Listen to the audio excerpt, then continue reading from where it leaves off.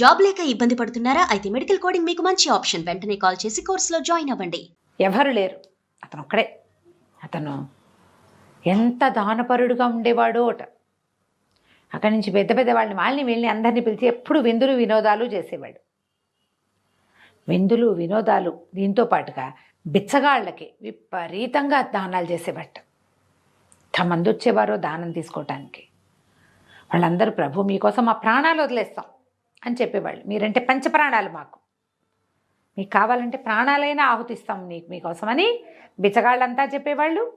అక్కడి నుంచి స్నేహితులు ఉన్నారు కదా, ఇతని విందులకి వినోదాలకి వచ్చేవాళ్ళు. వాళ్ళందరూ అనేవాళ్ళు, అబ్బా మీలాంటి స్నేహపాత్రుడు ఎవడైనా ఉన్నాడా లోకంలో? మీరు కాబట్టి ఇంత అద్భుతమైన విందులు ఇస్తారు. మీకు ఏ సహాయం కావాలన్నా మేము సిద్ధంగా ఉంటాం. మీరే మేము, మేమే మీరు. ఇలా చాలా ఉత్సాహంగా గడిచేది ఆయనకి. రోజు ఎవరు ఏది అడిగినా ఇక ఆడనకుండా ఇచ్చేసేవాడు. ఈ పార్టీలు పెట్టేసేవాడు బాగా. మనం ఈ పార్టీ వాళ్ళని బోళ్ళంతమందిని చూస్తూ ఉంటాం. అవునండి. అయితే ఏమైందట, ఒకసారి ఒక యువకుడు ఒక అతను వచ్చి చాలా కష్టంలో ఉన్నాను బాబు, నా భార్య లేక పెళ్లి చేసుకుంటే ఆ అమ్మాయి కాస్త చనిపోయింది, వైద్యానికి చాలా ఖర్చు అయింది, ఆ ఖర్చుకు అయిపోయింది నా దగ్గర ఉన్న డబ్బంతా, కనీసం ఆ అమ్మాయిని మట్టి చేయడానికి కూడా నా దగ్గర డబ్బులు లేవు, మీరు సహాయం చేస్తే కర్మలు అవి నిర్వహించుకుని వస్తాను అని అడిగేసరికల్లా రాజకుమారుడు అన్నట్ట, దానికేముంది 10 వరహాలు తను తీసుకెళ్ళు, నీ భార్య ఉత్తమ గతులు పొందాక అంటే క్రియాంతరాలన్నీ అయిపోయాక నువ్వు నా దగ్గరికే రా, నాతో ఉండు కానీ ఒంటరిగా ఏం జీవిస్తావు అని చెప్పాడు. ఆ యువకుడు ఆ భార్య తలకు క్రియాకర్మాలన్నీ ఫినిష్ చేసుకుని ఇతని దగ్గరకు వచ్చాడు. వస్తే నాకు పై పనికి సహాయకారిగా ఉండు, నువ్వు నా దగ్గర ఉండని జీతం ఇచ్చి ఇతన్ని ఉంచుకున్నాడు తన దగ్గర. ఎంతో స్నేహంగా ఉండేవాళ్ళు ఇద్దరు. అతను అన్ని రకాల పనులు చేసేవాడు, ఈయన దాన ధర్మాధికారులకి సహాయం చేసేవాడు, పొలం పనులు పై పనుల వ్యవహారాలు వాటి సంగతి చూసేవాడు, పార్టీలు గీర్టీలు అరేంజ్ చేసేవాడు. క్రమంగా ఈ రోజులు గడుస్తున్న కొందికి ఈ రాజకుమారి మీద రోజు దానం చేస్తానంటే డబ్బులు ఎక్కడి నుంచి వస్తాయి? అదే కదా. పోనీ వచ్చిన డబ్బుని పార్టీలు చేసేస్తాం, అది ఖర్చు అయిపోతుంది, ఇది ఖర్చు. ఓ రోజు అన్నట్ట, అట్లా కాదు రాకుమార, ఇలా చేయకూడదు, ఈ దానం తీసుకునే వాళ్ళు ఎప్పుడు దానాలు తీసుకుంటునే వాళ్ళుగానే ఉంటున్నారేమిటి చెప్పు? నువ్వు డబ్బు ఇస్తున్నావు, ఆ డబ్బుతో వాడు బాగుపడ్డేమిటి, మళ్ళీ వస్తాడేంటి డబ్బులు తీసుకోవడానికి? ముష్టివాళ్ళుగానే ఉంటున్నారు కాబట్టి ముష్టివాళ్ళకి డబ్బులు ఇవ్వడం మానేయాలి. అంటే కాదు, నవ్వాడు ఈయన. పాపం వాళ్ళకి ఇవ్వకపోతే ఎట్లా అన్నాడు. ఇతను అన్నాడు, నువ్వు పార్టీలు కూడా ఎప్పుడు నువ్వే ఇస్తావేమిటి పార్టీ, నీ ఫ్రెండ్స్ ఎందుకు ఇవ్వరు? ఈ పార్టీలకి డబ్బులు పెడుతున్నావు, నువ్వు ముష్టి వాళ్ళకి డబ్బులు పెడుతున్నావు, ఈ రకంగా డబ్బులు పాడు చేసుకుంటే ఎట్లా అంటే ఇతను అన్నాడు, కాదు వాళ్ళు నా కోసం ప్రాణాలు వదిలేస్తామన్నారు. అంటే ఇతను అన్నాడు, ప్రాణాలు వదిలేస్తారా? అట్లా ఎట్లా వదిలేస్తారు? ప్రాణాలు ఎవ్వరూ వదిలేరు. నువ్వు పార్టీ ఇస్తే తింటారు. ఇప్పుడు స్నేహాలు ఎట్లా ఉంటాయి, ఇచ్చి పుచ్చుకో. నువ్వు పార్టీ ఇస్తున్నావు, వాళ్ళు కూడా ఇవ్వాలి పార్టీ. నీ గౌరవార్థం ఏనాడైనా ఎవరైనా పార్టీలు పెట్టారా? రాజకుమారుడే ప్రతి వాళ్ళ బర్త్డేకి పార్టీలు పెడతాడు. ఇలా ఫ్రెండ్స్లో కూడా కొంతమంది ఉంటారు, ఒకడే పార్టీ ఇస్తాడు, అందరూ తింటారు, తిన్న వాళ్ళందరూ బాగుపడతారు, ఆ పార్టీ ఇచ్చిన వాడు కోలుకోలేనంత చెడిపోతాడు. నేను 100 మందిని చూస్తుంటాను అట్లా. అలాగే జరుగుతుంది. అయితే ఏమన్నాడు ఇతను, వీళ్ళకి రాజకుమారులు ఈ ఫ్రెండ్స్ ఉన్నారుగా వాళ్ళందరితో అన్నాడు, నా సహాయకుడు ఏమంటున్నాడంటే ఈ పార్టీలు ఇచ్చి చెడిపోతున్నాను అంటున్నాడు చెప్పేశాడు అని చెప్పాడు. మీ ఉద్దేశం ఏమిటంటే, అబ్బాయి మేము మీకోసం ప్రాణం ఇస్తాం, మీరు అలాంటివి ఏం అనుమానాలు పెట్టుకోకండి, మీరు ఏదంటే అదే అని. మీ స్నేహితుడు ఉన్నాడే వాడు, మీరు ఎవరైతే సహాయకుడిగా పెట్టుకున్నారో వాడు మీ డబ్బులు ఎన్ని కొట్టేస్తున్నాడో తెలుసా అని ఒక్కొక్కటి వాడు అక్కడెంత లాగేశాడు ఇక్కడెంత లాగేశాడు అన్నీ లిస్టు చెప్పడం మొదలుపెట్టారు. తను ఆశ్చర్యపోయాడు. మర్నాడు అడిగాడు, ఆ వాళ్ళని మొహం మీద అడిగాడు, ఇతని మొహం మీద అడిగాడు, నువ్వు మన డబ్బులన్నీ కొట్టేస్తున్నావుట, చాలా డబ్బులు అక్కడ ఇక్కడ అన్నీ నువ్వు మిగిల్చుకున్నావని వాళ్ళు చెప్తున్నారు, నిజమేనా అని అడిగాడు. అవునండి నిజమేనా అన్నాడు. అనేసరికి కోపం వచ్చింది. నువ్వు ఇంత మోసం చేస్తావా నన్ను, నువ్వు మోసం చేసావు, వెళ్ళిపో నువ్వు ఇక్కడి నుంచి అనగానే సరేనని వెళ్ళిపోయాడు. ఒక నది ఒడ్డున్న రాకుమారుడి భవనం ఉంటే నదికి అవతల ఒడ్డున ఒక భవనం కట్టుకున్నాడు అతను, ఈ స్నేహితుడు, పెద్ద భవనం. అందులోకి షిఫ్ట్ అయిపోయాడు. ఇక రాకుమారుడు చీచి ఇలా ఎవరిని నమ్మకూడదు, ఓన్లీ స్నేహం చేయాలి, బిచ్చకాళ్ళకి దానం చేయాలి అని పెట్టుకున్నాడు అంతే. ఇక రోజులు గడిచినాయి. డబ్బులు అయిపోయినాయి.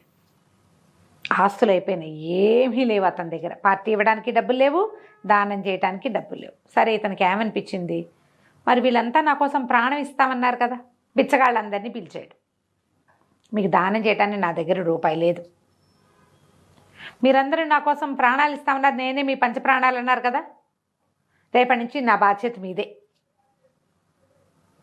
అని చెప్పేసరికి బిచ్చగాళ్ళంతా గొణుక్కుంటూ ఏమన్నారంటే, అలా ఎలాగండి, మీరు బోల్డ్ పార్టీలు ఇచ్చారు, పెద్ద పెద్ద పార్టీలు, మీరు ఇచ్చిన పార్టీల్లో బోల్డ్ డబ్బు పోయింది, మాకు ఇచ్చిన బిచ్చం ఎంతండి, తలా ₹1 ఇచ్చారు, దాంతో మీ సొమ్ము పోయిందా మరీ విడ్డూరంగా? వాళ్ళని అడగండి. మీ పూచి మాకెందుకండి, మేము దానం ఇస్తే పుచ్చుకుంటాం కానీ ప్రేమగా ఉంటాం, నువ్వు దానం ఇస్తే ప్రేమగా ఉంటాం, నువ్వు ఇవ్వకపోతే మేము నీ దగ్గరికే రాము, మాకేం పని మీ దగ్గరికి రావడానికి, ఓకే దానం ఇస్తారని కదా మేము వచ్చాం అనేసరికి హతాశుడైపోయాడు. సరే ఆ రోజు రాత్రి ఆఖరి పార్టీ అరేంజ్ చేశాడు. పార్టీకి డబ్బులు వేరు, దానం డబ్బులు వేరు. దానం డబ్బులు అయిపోయి పార్టీ డబ్బులు ఉన్నాయి. లాస్ట్ పార్టీ అరేంజ్ చేసి, లాస్ట్ సప్పర్ అనమాట, అరేంజ్ చేసి అందరికీ అనౌన్స్మెంట్ ఇచ్చాడు, ఇది నేను ఇచ్చే ఆఖరి పార్టీ, నా దగ్గర రూపాయి లేదు, నా డబ్బంతా పార్టీలకి ఖర్చు అయిపోయింది, ఇక మీరే నన్ను చూసుకోవాలి, మీరందరికీ నేనంటే ఎంతో ప్రేమ నాకు తెలుసు, మీరే నా సహాయకుడు, నా దగ్గర నుంచి డబ్బులు కొట్టేస్తున్నాడని వాడు దుర్మార్గుడని నిరూపించారు. మీలాంటి స్నేహపాత్రులు స్నేహశీలు ఎవరైనా ఉంటారో లోకంలో? ఎవరు ఉండరు, మీరే. కాబట్టి రేపటి నుంచి నన్ను పోషించే బాధ్యత మీ అందరిది. ఆనంగానే తిరగబడిపోయారు జనం. మేమెందుకు పోషిస్తామండి, మీరు పార్టీ ఇచ్చారని వచ్చాం, మీరు ఇవ్వకపోతే రాము, మీరు బిచ్చగాళ్ళకి ఎంతంత దానాలు చేశారు, దానాలతో పోగొట్టుకున్నారు. పార్టీకి ఏముంది, మీరు సరదాగా ఉన్నప్పుడు పెట్టుకుంటారు, ఇది ఏమైనా కంపల్సనా? కంపల్సరీ కాదు ఇది, మీరు పార్టీ పెట్టారు, మేము వచ్చాం అంతే, మీ సరదా కోసం. మీ పూచి మాకెందుకు, మీ పూచి మాకు లేదు, పూచి లేదు మీది, మాకు అనవసరం, మీరు పార్టీలు పెడితే వచ్చాం, మీరు పార్టీ పెట్టకపోతే రాము. మేము అడుగుతాం ఏమంటే పార్టీ ఇస్తున్నారని, నేను ఇవ్వనండి అంటే సరిపోతుంది, ఇదేం బలవంతం? బలవంతమేం లేదు, మీరు వద్దన్నారు, మీరు పెట్టనన్నారు, మేము ఊరుకుంటాము, మీరు ఇస్తున్నారు కాబట్టి వచ్చాం. ఎంతమంది మాట్లాడతారు జయ, చాలా మంది మాట్లాడారు, నువ్వు ఇచ్చావు కాబట్టి మేము తీసుకున్నాం, అంతే, మేము ఇవ్వమన్నామా హతాశుడైపోయాడు అంటారు. ఇంట్లో వాళ్ళు కూడా అంటారు జయ, ఇట్లా అంటారు, నేనేమైనా కొనిపెట్టమన్నాను నిన్ను అంటారు, మీకు అన్ని కొని నాకు ఖర్చు అయిపోయింది అంటే మేము కొనమన్నామా అంటారు, పుచ్చుకున్నారుగా అలానే మాట్లాడతారు. అయితే వాళ్ళంతా వెళ్ళిపోయారు, మొత్తం స్నేహితులంతా. ఆ భవనాన్ని అమ్మేసి ఆల్రెడీ కుదవబెట్టాడు, వాడు వచ్చి తీసుకుపోతాడు. తెల్లవారుజామున నెత్తి మీద 2 చేతులు పెట్టుకుని కూర్చున్నాడు. తెల్లవారుజామున ఒక గుర్రపు డెక్కలు చప్పుడు అయింది అక్కడ. ఇతని పాత స్నేహితుడు గుర్రం వేసుకుని వచ్చాడు, గుర్రాన్ని చేత్తో పుచ్చుకుని. అంతా అయిపోయిందా అన్నాడు. అయిపోయింది, బిచ్చగాళ్ళు నన్ను వాళ్ళు చూడమన్నారు, స్నేహితులు నన్ను చూడమన్నారు, ఇక నేను చేసేది ఏం లేదు, మొత్తం ఆస్తంతా పోయింది అంటే ఏం పర్వాలేదు, గుర్రం ఎక్కండి అని గుర్రం ఎక్కించి నది అట్టించి అవతలకి తీసుకుపోయాడు. ఈ బిల్డింగ్ మీదే, మీ డబ్బులతోటే ఇది కొన్నాను, మనకి ఇక్కడ వ్యాపారం అన్నీ ఉన్నాయి, నదికి ఇవతలున్నాం, ఇక మీ స్నేహితులకి మీ బిచ్చగాళ్ళకి రామ్ రామ్. తెలిసింది కదా, దానం చేసినా మనం ఎవరిని సొంతం చేసుకోలేం, పార్టీలు ఇచ్చి సంతోషపెట్టినా ఎవరిని సొంతం చేసుకోలేం. అవసరంలో ఉన్నప్పుడు సహాయం చేస్తేనే దానికి విలువ ఉంటుంది.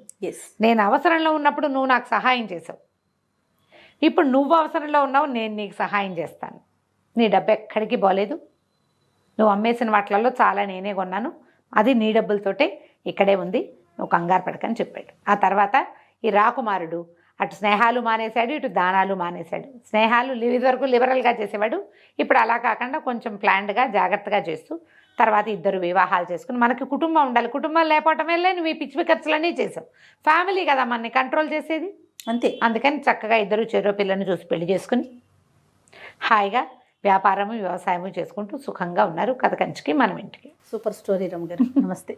నమస్తే.